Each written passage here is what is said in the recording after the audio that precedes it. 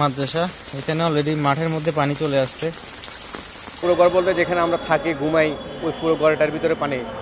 বাড়িতে বৃদ্ধ বা মহিলা কেউ আসেনি? বৃদ্ধ মহিলা বা শিশু কেউ আছে? ওদেরকে হচ্ছে যে একটু রেডি থাকতে বলেন। সবার মুখে মুখে শুনতেছে এটা নাকি ইন্ডিয়া থেকে পানি ছেড়ে দিচ্ছে, সবাই দেখতেছে যতটুকু আর কি। আমার আব্বু আম্মু রান্নাঘরে অবস্থান করতেছে, পুরো একদম বড় হয়ে গেছে, নদীর মতো হয়ে গেছে।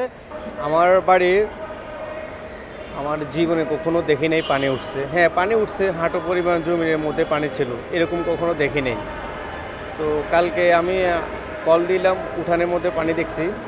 আজকে সকালে আমি আবার বাড়িতে ভিডিও কল দেখছিলাম, উঠানের মধ্যে পানি দিচ্ছি। দুপুরের পরে আমি কল দিয়ে ওরা আমাকে ভিডিও পাঠালো যে আমার পুরো ঘরে পানি। আমার যেখানে পুরো ঘর বলতে যেখানে আমরা থাকি ঘুমাই ওই পুরো ঘরটার ভিতরে পানি। হঠাৎ করে পানিটা আসার কারণ হচ্ছে যে টানা 40 ঘন্টা বৃষ্টি হচ্ছে এবং লোকে মুখে শুনতেছি, সবার মুখে মুখে শুনতেছি এটা নাকি ইন্ডিয়া থেকে পানি ছেড়ে দিচ্ছে, সবাই দেখতেছে যতটুকু আর কি। আমার বাসার অবস্থা হচ্ছে পুরো বাসায়, পুরো আমাদের গ্রামাঞ্চলে ঘর বলে আমার পুরো ঘরে পানি।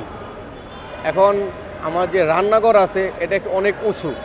আমার আব্বু আম্মু রান্নাঘরে অবস্থান করতেছে, আর আমার ছোট ভাই আছে, সে ঘরে খাটের মধ্যে কালকে রাত্রে ছিল, আর আজকে বলতে পারতেছি না সে কী অবস্থা কেমন আছে।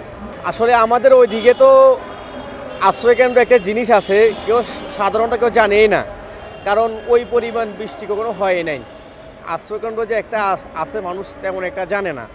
প্রশাসন অতটুকু তো আমি খবর নিই নাই, বাট আমাদের একটা গ্রুপ হয়েছে, গ্রুপের মধ্যে আমাদের এলাকার ছেলেপেলে এদিক সেদিক মানুষের ত্রাণ দিচ্ছে, সহযোগিতা করছে। যাদের ঘর অলরেডি পানিতে তলে গেছে, ভিজে গেছে, তাদেরকে যে সমস্ত উঁচু উঁচু ঘর ওই দিক নিয়ে যাচ্ছে। বর্তমানে আমাদের যে বাড়ি আছে, বাড়ির মধ্যে আমাদের ঘরটা, আমাদের পুরো ঘর না, হাঁটু পরিমাণ, এই পরিমাণ আমাদের ঘরের মধ্যে পানি ঢুকছে। আমাদের পাশে ওটা হাঁটু পরিমাণ পানি ঢুকছে। আর এলাকার মধ্যে যতটুকু খবর পাচ্ছি যে ওই লোকের মুখে শুনতেছি বা ফেসবুকে কিছু দেখতেছি, শুধু পানি আর পানি, পানি আর পানি, যেদিকে যায় শুধু পানি। আর ফুলগাজী ছাগলনাইয়ার দিকে তো অনেক পানি একদম। আর আরেকটা হচ্ছে ফেনী জামিয়া রশিদি একটা মাদ্রাসা আছে, মাদ্রাসা একতলা মানে টিন সিট যেগুলো আছে এগুলো পরিপূর্ণ একদম ডুবে গেছে। আমার ফ্যামিলি আছে যে এখন আমাদের যে পাকের ঘর আগের অনেক উঁচু বিটা ওখানে আপাতত আছে, বাট ওটার যে উঁচু বিটা তো মাটিগুলো ওইটাগুলো মানে পড়ে যাচ্ছে। পাশে পুকুর একদম বড় হয়ে গেছে, নদীর মতো হয়ে গেছে।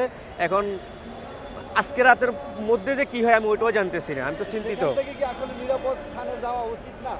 হ্যাঁ সেখান থেকে নিরাপদ স্থানে যাওয়া উচিত, কিন্তু গ্রামের মহিলাগুলো নিজের বাড়ি নিজের সংসার ছেড়ে যেতে চাচ্ছে না, ওইখানে বসে আছে।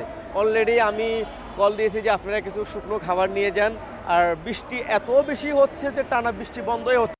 মানে আমাদের গ্রামে তো তেমন একটা গ্যাসের চুলা নাই সবার কাছে, যাদের কাছে আছে কারো কাছে গ্যাস পুড়ে গেছে বা ওটার মধ্যে অনেক কষ্ট করে চলাফেরা করতেছে। যে সমস্ত মানুষের বয়স 50-এর উপরে তারা খুব কষ্ট হচ্ছে চলাফেরা করতে।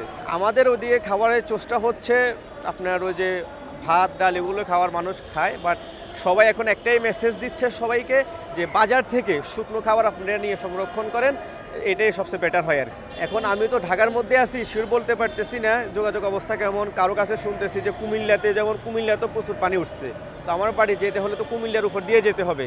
এখন কিছু ভিডিওর মধ্যে দেখেছি কুমিল্লা যে হাইওয়ার ওখানে রাস্তার মধ্যে পানি, অনেক পরিমাণ পানি, বা অনেক যারা কন্টিনিউ করে ইউজ করে তারা বলতেছে যে এদিকে আসার দরকার নাই, এদিকে অনেকে ইঞ্জিন চালিত নৌকা ইউজ করতেছে। যে সরকার থেকে কি পাইছে কি না পাইছে, বাট আমার এলাকার যে সমস্ত ছেলেপেলে আছে ওরা যতটুকু পারতেছে নিজে থেকে দিচ্ছে, এটাই শুনতেছি। যেমন আজকে আমার বাড়িতে 2 জন গেছে, আমি আমার বড় ভাইকে বলার পর একটা টিম আমার বাড়িতে গেছে, অবস্থা দেখার জন্য গেছে। এখন আমাকে বিকেলবেলা বলবে। আমি আমার আব্বু আম্মুকে বলছি আপনারা কোনো একটা ভালো একটা জায়গায় চলে যান, উচ্চ জায়গায় চলে যান, কিন্তু ওনারা যাচ্ছে না। ওনাদের যে একটা বাড়ির মায়া, ওনারা ওই জন্য যাচ্ছে না। যেভাবে আছে এটা যদি রাতের মধ্যে থাকে তাহলে পানি আরও বাড়ার সম্ভাবনা আছে। তখন পাকের করে অবস্থান করছে ওইটার মধ্যে থাকার সম্ভাবনা নেই। আমার আব্বু আম্মু আছে আর আমার একটা ছোট ভাই আছে।